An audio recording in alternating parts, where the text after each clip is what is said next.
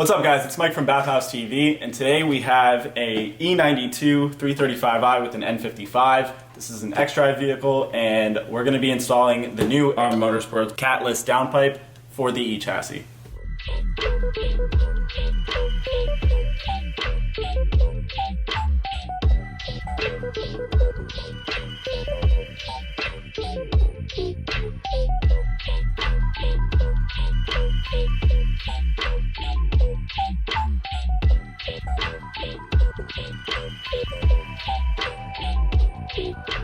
So what's awesome about this downpipe specifically is that ARM Motorsports actually has an N55 E82 135i, and they made this downpipe design and tested it in-house on their track car. So even though we're putting it on a 335xi, it will fit in E92, E9X, whatever, 335i. And we do know it fits the 1 Series as well, so that could be the E82 or the E88 convertible with the N55. So before we continue this video at all, a quick disclaimer. This is a catless downpipe, which our road laws do not allow these to be used on the road. So this is for track use only. If you guys are installing these, be sure to only use them on the racetrack, or look up your local laws, rules, regulations, and in some cases your track's rules and regulations as well prior to purchasing this product. Now with the disclaimer out of the way, before we unbox it, we're gonna discuss a couple of the parts we're gonna need.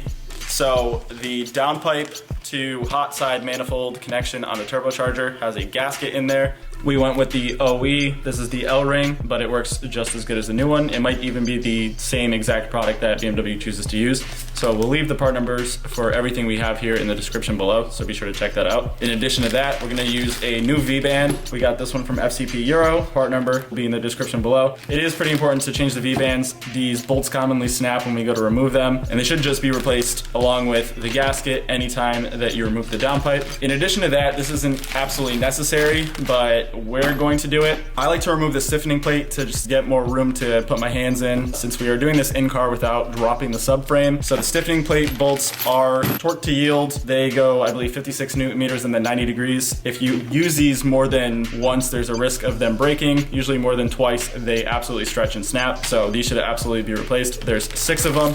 And lastly, we have some aluminum bell housing bolts. You don't absolutely need these as well, but there is a bracket in there that holds it up, and it kind of just impedes the mounting of the catless downpipe. So we're gonna remove that bracket. It's also not gonna be used for anything else, so it has no reason to be there anymore. The bolts are one-time use torque to yield aluminum, and we do want to replace the 2 that we're gonna remove. They come in a pack of 5. We're only gonna use, I think, like 2, maybe 3. So this is the box that everything came in. We're gonna do an unboxing for you guys before we pull this downpipe out. So inside, we have our new downpipe.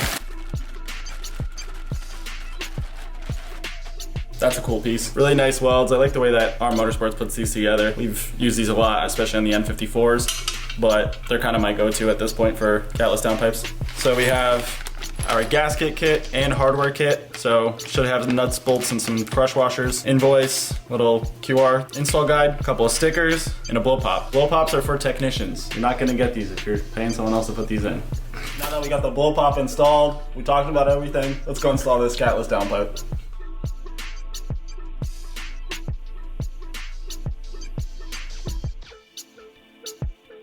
So the first thing we're gonna do is obviously pop the hood, and we're gonna remove some of these covers, the intake, the air filter, and the reason for that is we wanna access the O2 sensors prior to touching anything underneath the car. You wanna disconnect them and just throw them down towards the bottom of the car. It's gonna make things a lot easier later when we're removing the downpipe. So we're gonna start by removing the cabin air filter and housing. It's held in, should be 6 8mm screws, but in our case, looks like we have 4. The 2 up front are missing. So the other 4, they're there. And then there's gonna be another 8mm for the tray that it sits in on either side. You need to remove the sensors. You might have 2. This one only has 1. Should be the AUC sensor.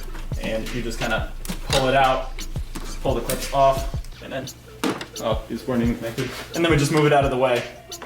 There's these 2 covers as well that we want to remove. We are going to need to remove the engine cover, as I mentioned before, the intake, and then the cover that holds all of the harnesses, and underneath that is where the O2 sensors are. So we're just going to kind of rip through this. It's going to grab that 8mm and start.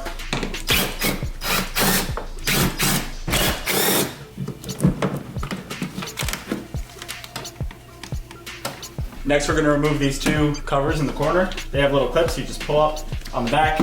There's a little tab that you wanna pull up on. Looks like this. And then you have a rubber alignment piece right here. You just need to push out and then you can remove it. Similar on the other side.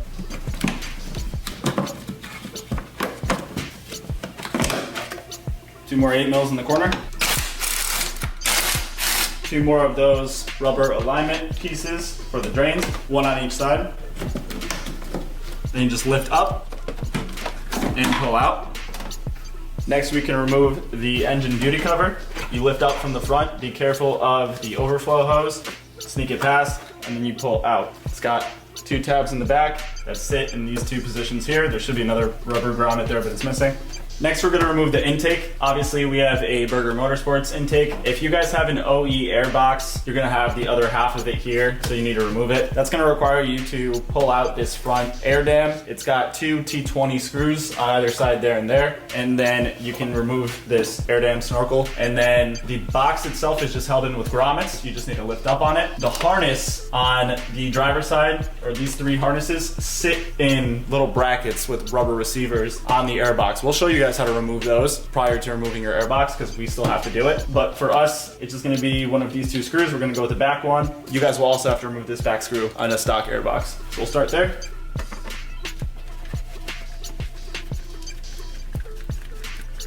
Next, we're going to remove the connector at the mass airflow sensor. It's the same on the stock airbox. You just pinch the little tab on the back side and pull it out. And then just set it aside somewhere that you won't forget about it. And then in our case, we're going to remove our intake. Just like that. So connected to the airbox are these three harnesses that you need to remove from this cover above. They have these rubber grommets attached that sit on barbs on this metal bracket. So what you gotta do is push up on them from below and lift up. You're gonna have to do this regardless if you have a stock airbox to remove it. What I do is I just remove them all and then push them out of the way. And then there's a little vent line here. We're not gonna have to remove it, but if you guys are removing your stock airbox, you just pull that tab open, pull the hose out, and then clip it back together when you're done. Aside from that, you have the grommets here, here, and down there. And all you have to do is lift up and they pop out. And that's how you remove the stock airbox. Next, we're gonna remove the brace just on the passenger side. You can leave the driver's side brace in place. It's a E14 E-Torx. That's the bolt for the strut tower. And the one in the center of the car is an E18 E-Torx. You may be able to sneak all this by, but the risk of damaging it isn't really worth it. Just remove the brace if you guys have the tools. There also should be a cover up here. If it's got a slot in it, then it's just a flathead screwdriver. Remove it. And be careful of the windshield, of course. Then just lift up and slide out. Next, we're going to lift all of these harnesses out of this plastic cover here. So you just pull up at each of these tabs, like that. Once you did that, you can lift up on this cover. It's got 4 mounting grommets here, here, here, and here. And then once you got it out, you just need to kind of finesse it past all of the wiring.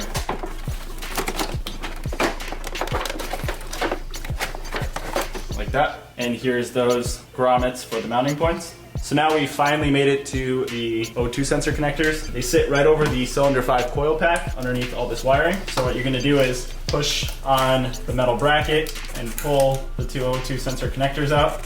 The cool thing about the N55 is that the O2 sensor connectors either are a 5-wire connector or a 4-wire connector. So you can see in the past somebody marked this with some paint to indicate that one goes back to this connector, but it doesn't matter. You can't put a 5-pin connector in a 4-pin connector and vice versa. So you don't have to mark them, you don't have to worry about them. Just count the pins, the wires going to them. Clearly 5 there, and there's clearly 4 here, 1 missing in the center, and the pins on the other side are identical. So really easy to figure that out. You pinch the tab at the end and pull. And if it decides not to come out, this is kind of starting to happen more and more as these are getting older. You just get a little pick behind the tab on this side and lift. You can wedge it in there even better and then pull it out. Does no damage to anything. Oh, this one's actually coming out normal. Now that you have your O2 sensors disconnected, we're just going to push them down towards the bottom of the car. If your car is hot, be careful. The catalytic converter and turbocharger are right where we're sticking our hands. I suggest that you guys do this with the car cold. Try not to change downpipes while the car is hot. Now with all that finished up, we're gonna close the hood, leave everything as it is for now. We're gonna put the car up in the air and we're gonna start removing things to access the downpipe. So first, we're going to remove this transmission plate. There's 4 8mm screws and a 5th one on the bracket all the way over here. The 6th fastener is a 10mm plastic screw. We're gonna remove that as well.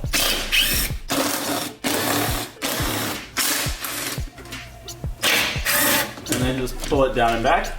Next, we're gonna remove the stiffening plate. Again, you don't absolutely have to remove this plate. It just opens things up a little bit and we're gonna opt into it. These are those 6 bolts that are one-time use torque to yield. So we're gonna replace them when we reinstall. 16mm.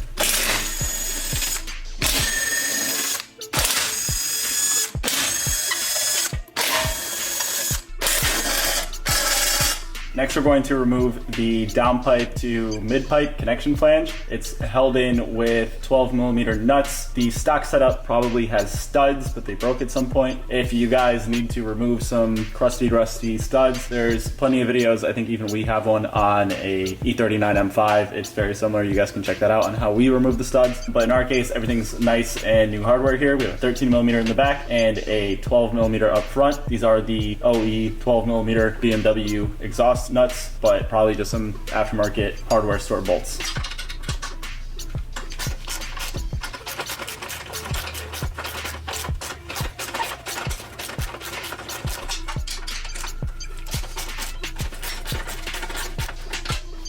We got 2 more up top. There's a total of 4.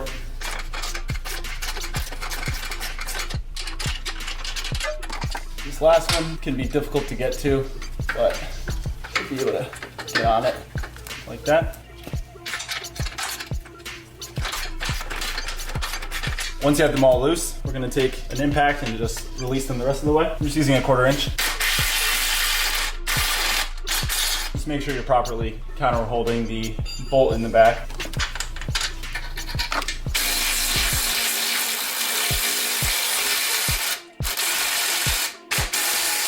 Sometimes these threads are pretty screwed up, so it is a good idea to replace these anytime you take this down.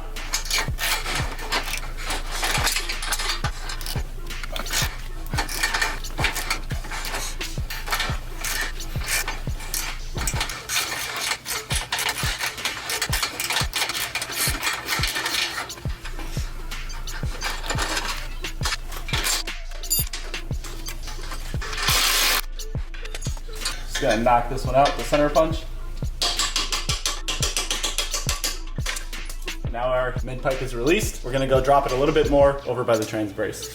Next, we're gonna release this exhaust bracket from the transmission bracket. There's a big brace in the back of the car that's gonna hold the exhaust up. So this was only gonna go down about 1 inch, but it's gonna give us enough room to remove the downpipe. So this is an E10, and there's 2 of them.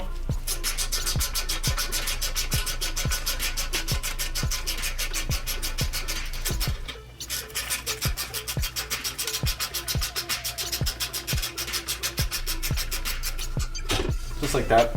Next, we're gonna remove the downpipe from the exhaust bracket. So there's a 13mm nut right here and a 13mm nut straight up top to the right of this O2 sensor.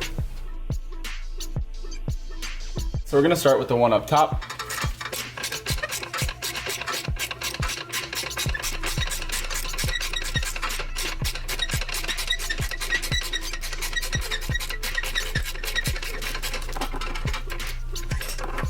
So this one requires a deep socket, obviously because of the amount of thread coming out, and due to the subframe being directly in the angle of access for that, you can't put a deep socket on it. So if you want to do this in-car with the subframe up, what you have to do is get a wrench with an angle, put it behind, and then start loosening.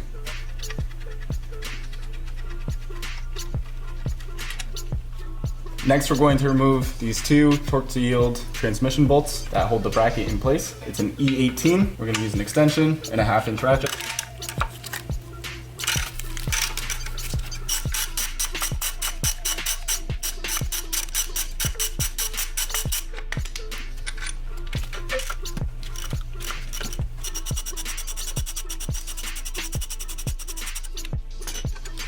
Now our bracket is free. Doesn't necessarily mean we can remove it just yet, as the studs may be too long, but they're not, so we can get it out.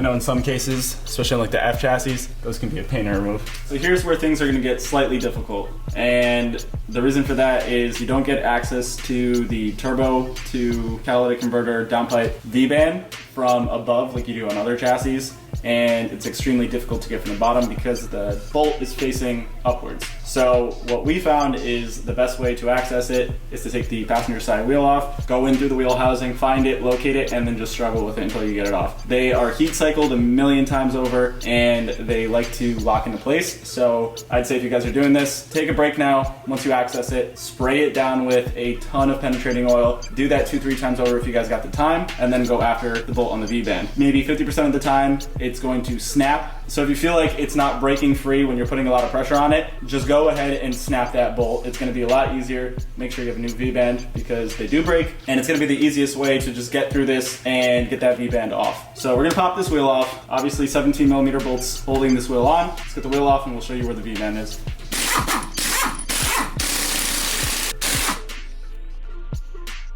Once you got the wheel off, just grab the rotor and turn it to the right. All right, so obviously right here we have the tie rod, and Justin's gonna zoom in on the bolt, and that's the head of it right there. See, it's facing up. And if you go up a little bit, Justin, you can show them the thread. Yeah, there it is. So basically what you gotta do is somehow get in there and start loosening that bolt. So what I like to use is a stubby 3/8 ratchet with a stubby socket and just practically break my wrist trying to get it off. There's not a lot of room for tools, but you might be able to get that same 13mm wrench that we used on the exhaust transmission bracket on there and kind of just break it loose and then spray it with some more penetrating oil and then work it off. But it is a struggle. Just be patient with it. And if it's not working, just throw something long on it and break it. So I'm gonna go in underneath the brake line, over the axle, contort my arm in a million ways. And like that, I have access. All right, I got it free. And now it's just suffer through it. These can be really bad, but we did spray it down ahead of time with some penetrating oil, so that's why it worked out for us. I think now that I got it loose, I'm actually gonna go through the other side. So I'm just gonna set this way now. And then probably be easier to bend my arm backwards. This is not fun. Did we get it loose enough? Yes, finger tight. I think we got it. Let me get my ratchet out and verify. You can see it pretty well from underneath actually. If you guys come down here, that's the whole thing right there. So I can give you guys a shot with me coming from underneath the stiffening plate. So that's why removing the stiffening plate is a good idea. And there we go. Next we gotta open up the V-band. So I'm just taking a flathead screwdriver, a little stubby guy, and just gotta position it right and pop it open. Lost my screwdriver. All right, whatever, we'll go back to that later. Now with that open, you can push up on the top one and then wiggle your downpipe off. And just like that, it is removed from the turbocharger. So next we have to lower the exhaust just slightly so we can move it over to the passenger side to give access to remove the downpipe. What we're gonna do is remove the plate that's holding the exhaust up in place. It's held in with two 18mm in the back, and then we have 8 T50s up front. First thing we're gonna do is jack up the exhaust so that it's not resting on this piece.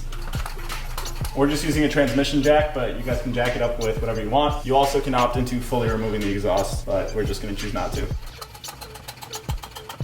Just like that should be enough. These have the tendency to be really stuck in there, so we're gonna use a T50 on an impact. Don't judge me if it explodes in my face, it's solely my fault, but trying to do them by hand is miserable. See all that aluminum oxide coming out of this? I think it's from this heat shield, galvanization, metallurgy, garbage going on there, but they're always sees. All right, next, two 18s in the rear. I'm gonna hold it now. All right, just like that, it's out. Lastly, there's two 18mm nuts on either side of the diff that hold this exhaust bracket to the hanger. It's a lot easier to remove the 18mm nut than the hanger from the little barbs. So we're just gonna take a wrench and try to break it free. It can be pretty tough sometimes.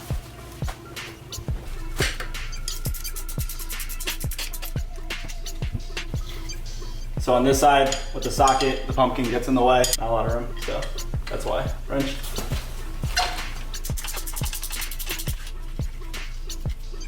Jack the exhaust up a little bit more. pull the brackets off, let them hang upside down. And now we're all set, we can go lower the exhaust. And then hopefully get it low enough, which we got, to pull the downpipe out.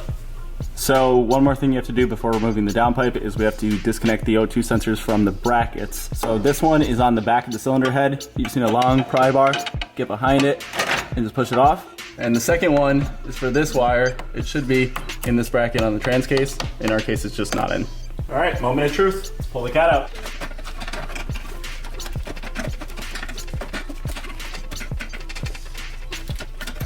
All right, so the thing we're binding up on is this ear for that bracket up against the body right there. As soon as we can get that free, I think we're good. Just some wiggling and finessement. We're also hitting the trans case right there. It's probably due to the O2 sensor on the other side. But she's coming. Okay, now we're gonna twist towards me, just so we don't bind up that O2. You can see the O2 clearing up top. That's how you pull a downpipe in car on an X-Drive E92 mother.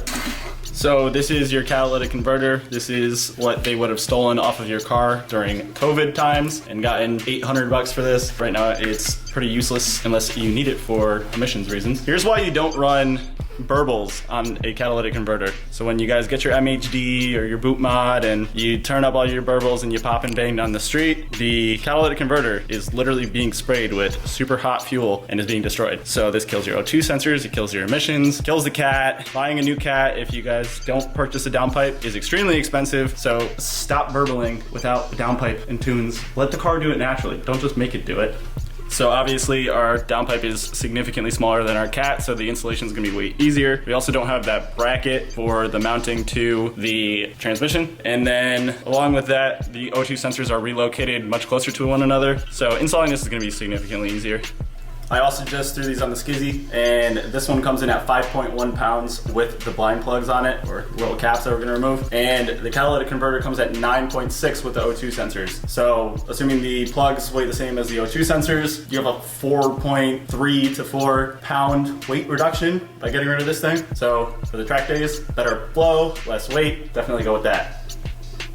So the next thing we have to do is swap the O2 sensors from the catalytic converter to our downpipe. The black wire O2 sensor is gonna be your pre-cat, closer to the turbo, and your gray one is gonna be longer, and that is your post-cat, and is closer to the mid-pipe. These sensors are 22mm to remove. A wrench sometimes works, usually at the post-cat. The pre-cat is on pretty tight usually, so there's special O2 sensor sockets that you can use to do this. It may require a lot of leverage. A good idea beforehand is to spray these down with some penetrating oil. We're gonna use core oil, just what we use here. So just add that crush washer, let it sit for a bit, and then we'll break them free. Now that they've been sitting for some time, we're going to take a 22mm wrench, and I just like using a hammer, tapping it against the side of the wrench. If it's too tight, which I'm assuming they both are at this point, what we're gonna do is put it on the ground. We're gonna put an O2 sensor socket on it and a large ratchet with a jack handle just to get extra leverage, and then we're gonna remove both sensors. All right, so I'm just gonna put my foot on the cat so it doesn't roll. We have our O2 sensor socket from 3/8 to 1/2 inch, and then a 1/2 inch ratchet. And now we're just gonna try to get enough leverage on this with the jack handle. Be careful of the sensors, their wiring. Okay, got that one. Now you can use a wrench.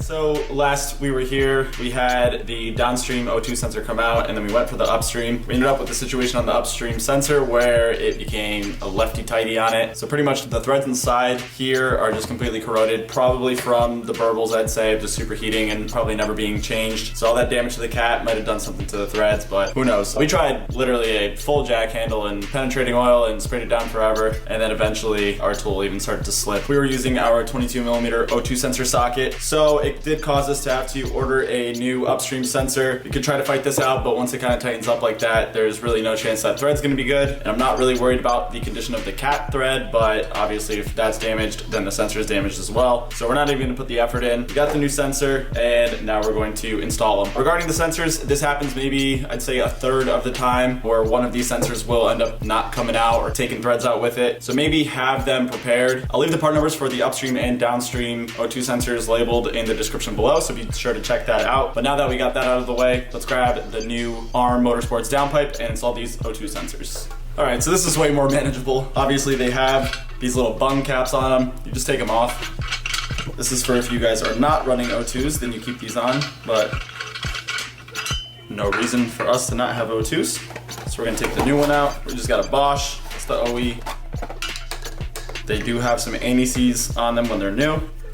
We're just gonna put the upstream into the upstream position, so closer to the turbocharger.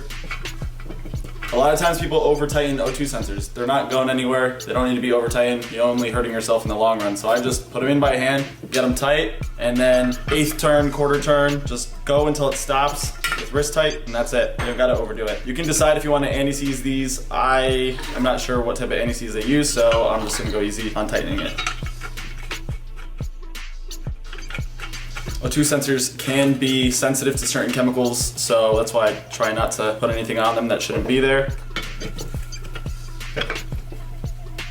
So right about there, we should be all set. Next thing I'm gonna do is, just for ease of install, I wanna make sure that this insulator is over that barb, like that. If you have it off, happens when you pull them off. Sometimes they're zip tied, like on this side you can see it's zip tied, so if you want to throw a zip tie around there, which we might do right now, we'll do that just to make sure it doesn't come off and the wires are not exposed. This is going to be a lot of heat over here, so that's why the insulator is there. Another thing I'm going to do is take a zip tie and just zip tie the connectors together, so I'm not individually fishing for them both. This way when I go reach down for them from the top of the car, we'll be able to grab them, pull them up together, and we'll cut that zip tie and put them where they need to go. But as of right now, I'm just going to do those two quick zip ties, and then we can go get this downpipe installed.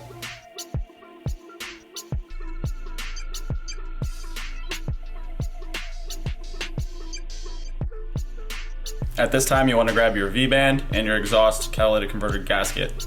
So right now you're looking at the turbine side of the turbocharger. If you take your hands and you grab the back of the turbine, you should be able to wiggle it. And if it wiggles at all, then you know you have shaft play. So that's pretty much what you're checking for. It's good to do while you have the downpipe off. I know you guys can't really see it. I couldn't really either. But if you kind of stick your head up here, look in, you can see how much it wiggles around. The next thing we're gonna do is take the Vband off of the exhaust manifold. So it's a bit of a tight fit. It might take some kind of wiggling, but we're gonna remove that old one. Next, you're gonna grab a pick, go in between the exhaust manifold and the gasket, and try to get the gasket out. When these get old like this and they've been reused a few times, they turn almost solid, and you really gotta rip them and fight them out. Yeah, this one's just toast. They're usually not this bad. Usually you can pull on them and then they'll come out, but this one's gonna require some work. This one's been in here forever. So Justin just made a good point. The condition of the catalytic converter probably is the reason why our exhaust gasket is this bad. I don't think this is something you guys will experience. It should just be like you stick the pick in and then this all pops out. But this one's just crusty and in here. I threw some safety glasses on because you do not want this stuff in your eyes. It absolutely sucks. Ask me how I know. Oh, there we go. I'm just trying to get some pieces.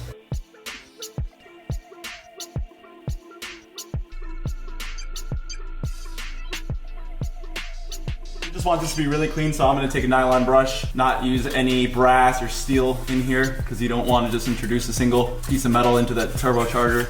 So I'm pretty sure this really thin metal that they use for this gasket could probably be consumed by the turbo without any issues, but we're still going to blow it out.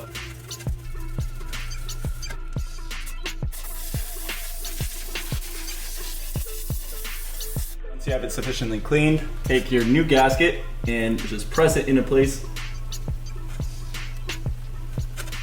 Make sure it's fully seated. Should stick out a little bit. That's how it works. So when they're fully flush, that's when you know you need to replace it. Although you should replace it every time it's removed. The downpipe, that is. Next, you're gonna grab your Vband and remove the screw. You want the screw facing up, but you want the opening down at about, I'd say, 3:30, 4 o'clock. I'm gonna put it over the exhaust manifold first, and then try to pull it forward as far as it will go. I'm gonna knock it out a million times. This part also sucks. Now we're ready to install our downpipe. So we're going to feed it back in. Just watch the sensors.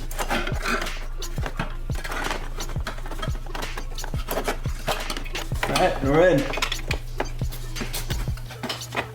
All right, so this is the tricky spot. Now, while this is all sitting like this, you need to grab the V-band and somehow put it over both the turbocharger and the downpipe. So I like to just get the flange lined up and just slightly pull back on the downpipe and try to get them together.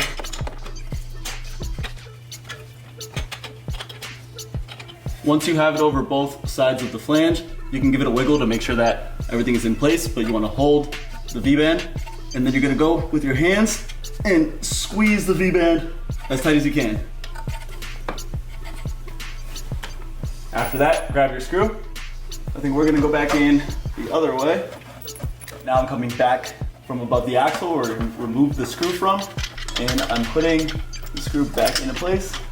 And we're just gonna thread it as much as we can by hand. Don't overdo it. It will hold both pieces as long as it's tight enough to close the V-band, but we still wanna be able to rotate the downpipe just a bit.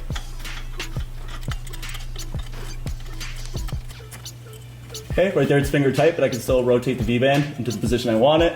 I can still grab the downpipe and move it to where it's gonna be positioned later. So this is the perfect position to now reassemble your exhaust, and then we'll go back to the V-band after. So now that we have it in, we just wanted to show you guys how we did it, because I know that part might be difficult. It is one of the more difficult things, especially if you have not done it before. In our case, what we ended up doing was reaching our hand through that stiffening plate area. So again, another valid reason to remove the stiffening plate. And over here, I held that V-band clamping the downpipe. I wasn't actually holding the downpipe at all. I was just using the clamping force, but keeping it closed with my hands. And then on this side, where we removed the V-band bolt from behind the axle, I have direct access. So I just went right to the V-band and was tightening it from here. And that's how you kind of have to juggle it. So 2 spots you have to reach in. As long as your hands are small enough to get through here. I mean, if you need to remove an axle, if you got some iron worker arms, that's also an option, but those are the 2 spots you want to be to have as little trouble possible while installing this downpipe. All right, so now we're back at the rear of the car at the differential. We're going to put the exhaust back up and put the brackets back onto the diff mounts. So we're just gonna jack our exhaust back up as ours is not fully removed. I like to go a little bit higher than where it normally sits. It makes it really easy to put these back up. And then we're just gonna grab our 2 18mm nuts and reinstall them.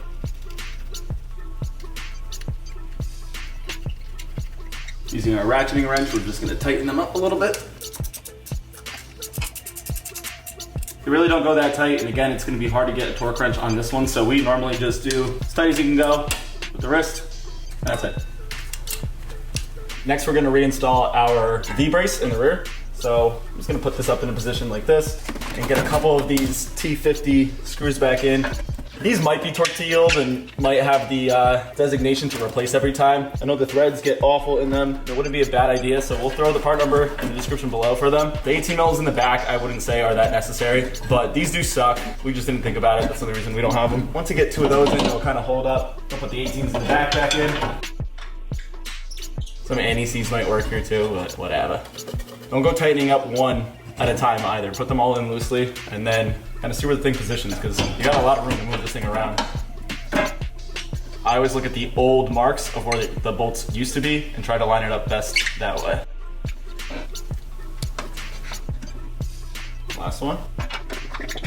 I'm gonna grab hand tools and do this with that and just go wrist tighten everything. Impacts, these have the tendency to be ripped. I only know that because I've seen them broken a lot and we've had to extract a few. The ones in the rear should be good, but it is going to like a sheet metal kind of collar, so those don't need a ton of force either. I'll try to find the specs quick on these. Might be kind of important since this is a bracing, so we'll see if we can gather that. If not, we're just gonna hand tighten them. So we actually did find out some information. This piece is called the trailing link, and the 8 bolts up front, if they're not dead due to corrosion, they are not actually a replaceable part, or a part you should be replacing per procedure. The 2 bolts in the rear are torque to yield, and they actually have a crazy torque spec of 100 Newton meters and then 90 degrees. If you're in a situation like us and you have taken those bolts out, but you want to reuse them because you don't have new ones, do not do the torque spec. Torque to yield means they stretch, so the second that you go and stretch those to 100 Newton meters and then 90 degrees, you're gonna end up breaking them, and then that's gonna be a pain to remove, especially once it's at some crazy torque spec and then you need to extract a bolt. So we're just gonna tighten them up with an impact gun. So scratch what I said before. These 24 Newton meters, it's not much. We'll show you guys what it looks like, but it's pretty much just make it tight and that should be fine.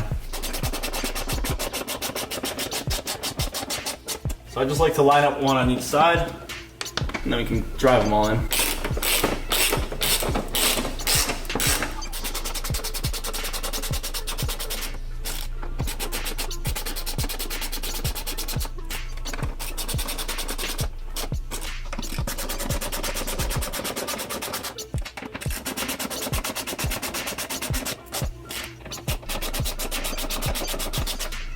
All right, now we're gonna torque them to 24 Newton meters.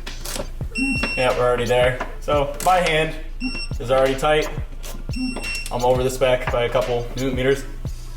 Sometimes they feel tight, but they're not. It was good to double check.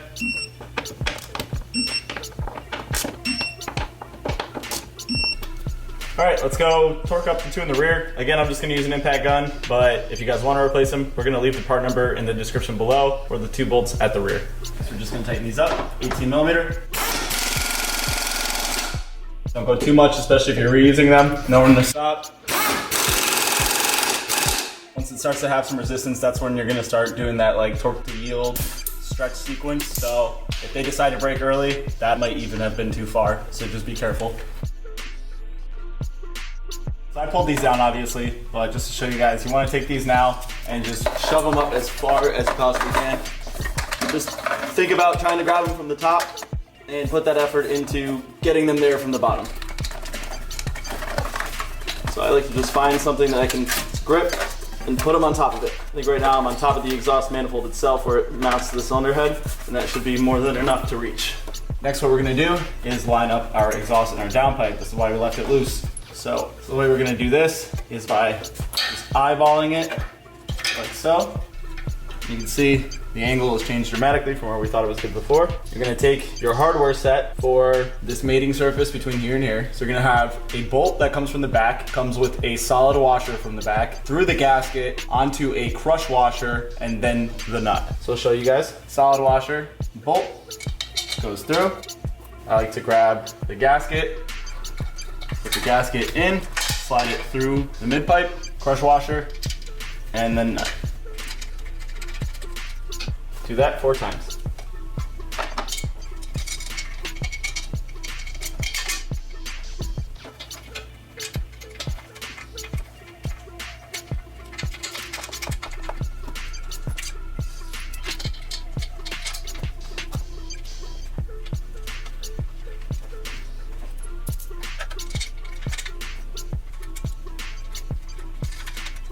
Okay, any last minute adjustments in angle need to be made now, as you want to see where the O2 sensors are going, if they're interfering with the transmission or maybe the body. In our case, we're good. It also says ARM right there facing this way, so maybe that's something to look at when you're installing yours. You should have some kind of jig at the factory that does put this in the same position every time, so hopefully that's the case. Anyways, you can see the gap here and the way that the exhaust wants to be in this position. Last thing we're gonna do is just bolt up the exhaust to the transmission bracket so we know that the alignment is right. If we need to make any last second adjustments, we'll do that there, and then we're gonna go tighten up that V-band. So next we want to get this bracket over this bracket. Ours was behind a little bit earlier. I just kind of finessed it up front. So you can kind of like pull on this and make it come up front. Anyways, you want it up and then inside these 2 grooves. And then just put the E10 bolts back in. I might have to start with this one. And just tighten it up.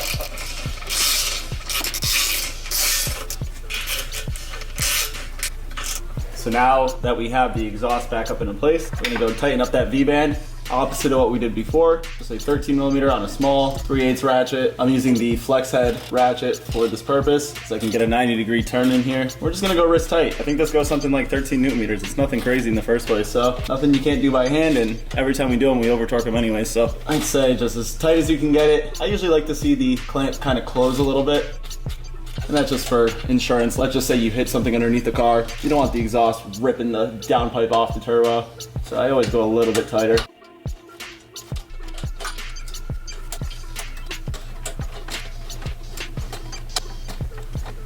That's it right about there, we're all set.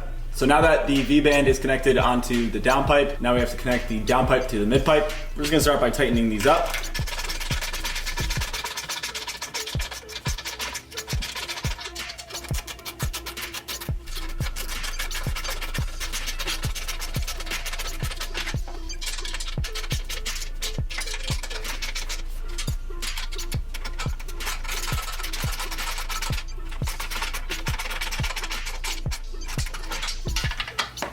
This is the most difficult one. Gotta get it on. So.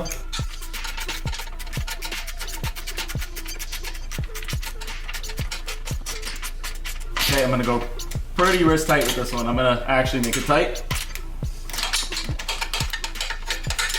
The socket got jammed in the flange.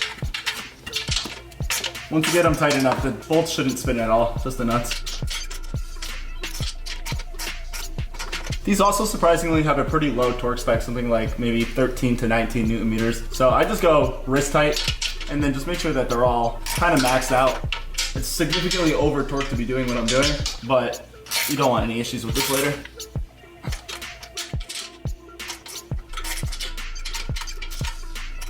And since I just realized I forgot to mention this before, ARM Motorsports provides you with these bolts and nuts. If you guys choose to use them, they are both 13 millimeter, makes it super easy. So as you can see, those are our O2 sensor connectors, and we just put them in a position that made it super easy for us to retrieve. So now that we're above the car, all I have to do is reach down, grab them, zip tie. Now they're both here, and I don't have to go fighting for them.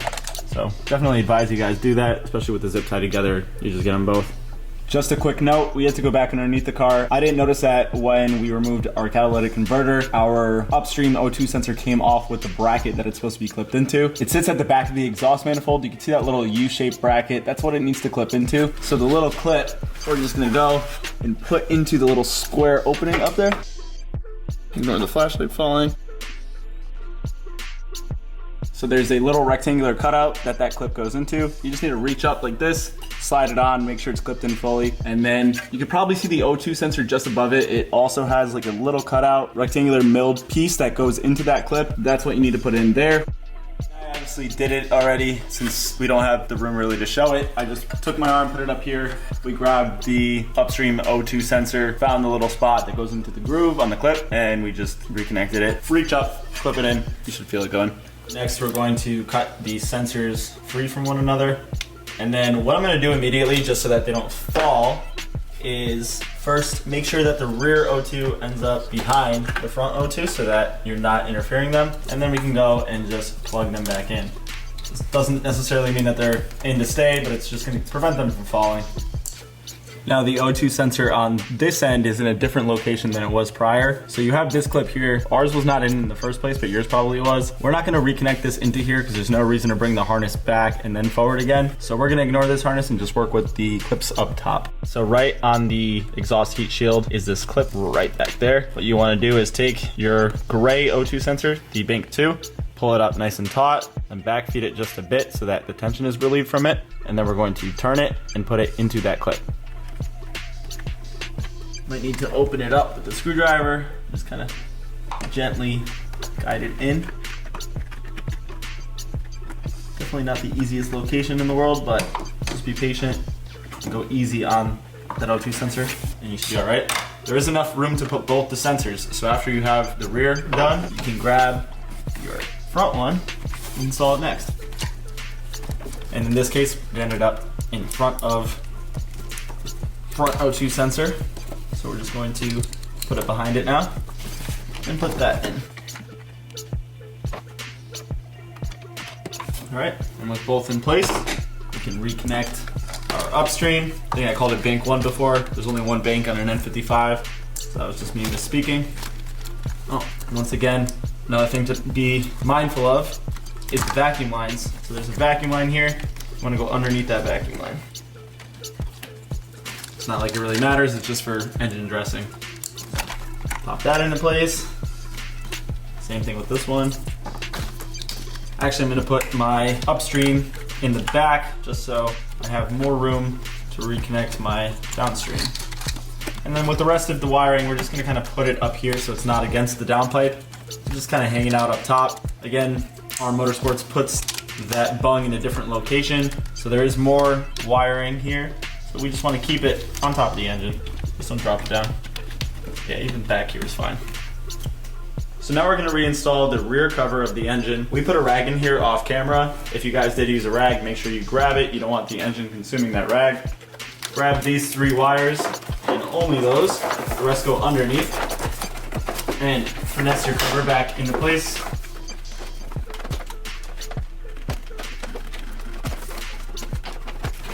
make sure it's in the right spot. And it'll clip in at all four corners. And take your wiring. The big loom goes in the back. The medium loom goes in the middle. And the starter wire goes up front. Next, we're going to reattach our V-brace, or the half of it that we removed. I like to put both the bolts in hand tight first, just so that as we tighten it, it doesn't move all over the place. Afterwards, you can put the 18 in. All right, we're gonna tighten up the E18. I believe these are also torque to yield, and there's a lot of people that have had issues with both of them breaking, the one on the strut tower and the one in the windshield cowl. So I have just gotten into the habit of using a 1/2 inch regular size ratchet. I'm just getting it tight with my elbow, and that's it. Same kind of deal for this one. Just gonna go like this, and then tight. So next we're gonna reinstall our intake. Make sure that you have your harness. I always make sure that the mass airflow sensor gets plugged in first so that I don't forget it later. And then in our case with our Burger Motorsport intake here, I like to just put it into place and then tighten up the hose clamp, as it likes to kind of fall out of place if you go tighten everything up on the other side first.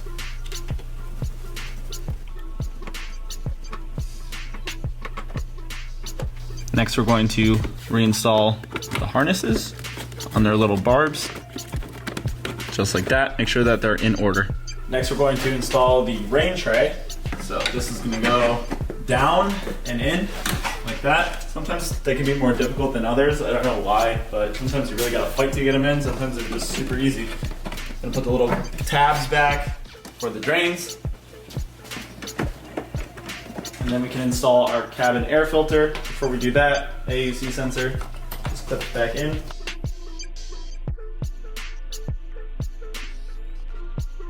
Next, the cabin air filter.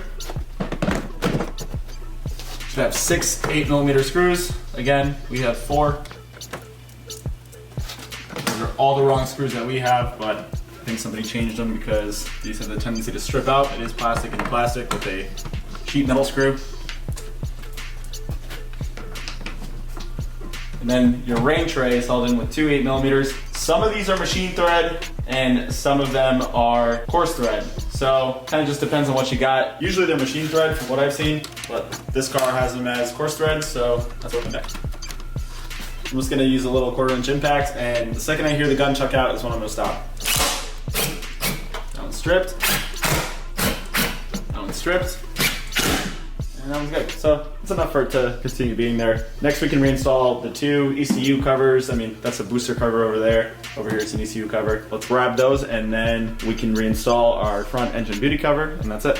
So the one with the sticker on it is your driver's side one. So we're gonna put that in. The way I like to do this is slide it into the little rubber tab first, then line it up. Make sure it goes underneath this gasket over here. And then you just give it a pop on either side, and then just push the clips down.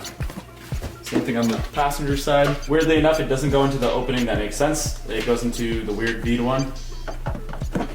Under the gasket. Make sure the AUC sensor doesn't get crushed.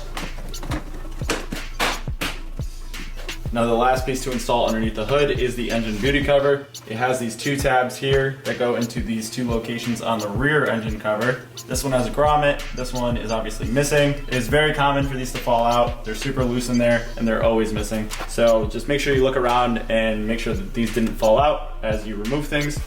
What you need to do is take the cover, slide it underneath the hoses and kind of pull it back. Then you're gonna have to look underneath and line up those tabs in their mounting locations, and then just push the 2 grommets up front down into place. You'll hear it click, and then just give it a tug.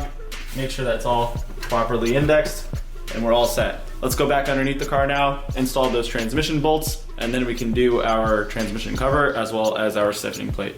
So now we're back underneath the car. Obviously this is a very vital piece to not forget. We're gonna reinstall those 2 transmission bell housing bolts next. Again, this bracket is no longer necessary as it would do nothing for us. So we're just gonna get rid of it entirely. A lot of people keep them up and then you end up with them rattling against the exhaust. It's just a few bolts to make it a clean job and make them as if they weren't supposed to be there in the first place. And I am pretty adamant about removing them every time. So hopefully you guys view it the same way. Just 2 bolts, that's all you gotta replace. These are torqued to yield. If you try to reuse them, you will break them. Don't try it. Not only are they torqued to yield, but they're aluminum. They're an E18.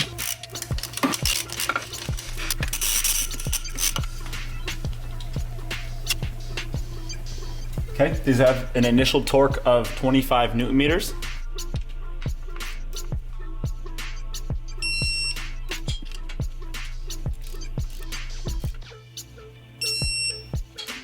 The second torque spec on these is 130 degrees. Definitely take this nice, easy, and slow.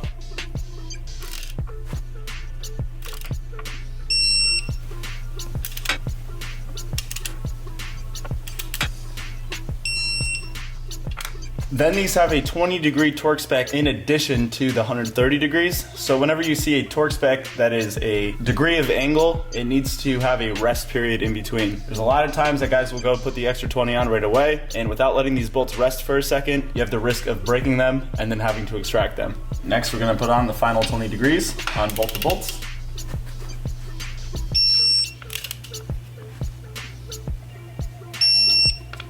Okay, and I like to put a little bit of torque check on torque to yield bolts or important suspension hardware afterwards, just for sake of letting people know that they are at spec. Also, they're kind of a sign of tampering to say if somebody else was in here removing something. They do a lot of things. They're really beneficial to mark your bolts.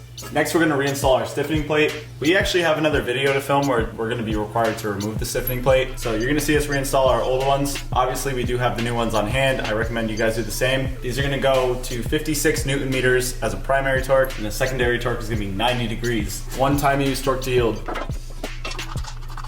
For that reason, we're not torquing them.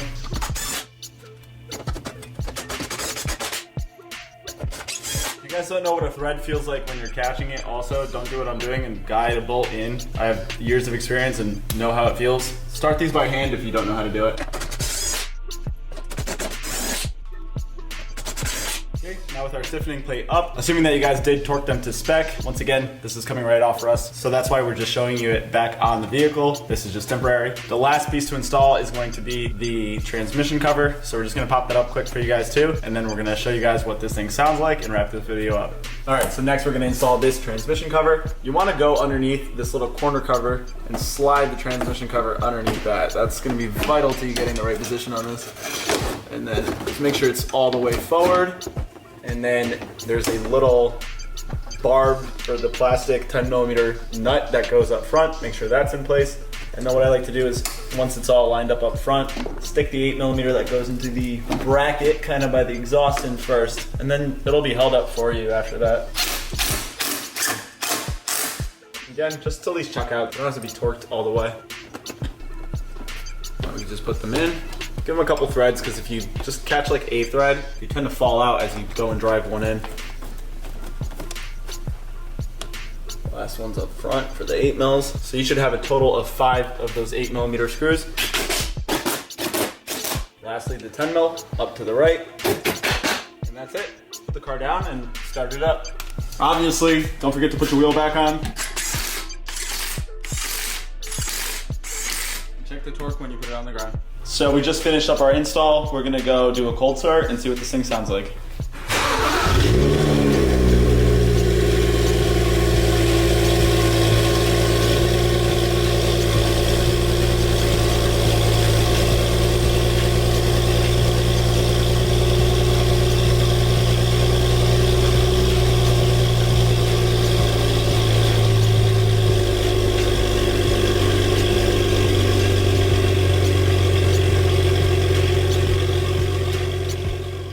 So at this point, we're all finished up. That's how to install a catless E9X N55 downpipe on a E92 335xi.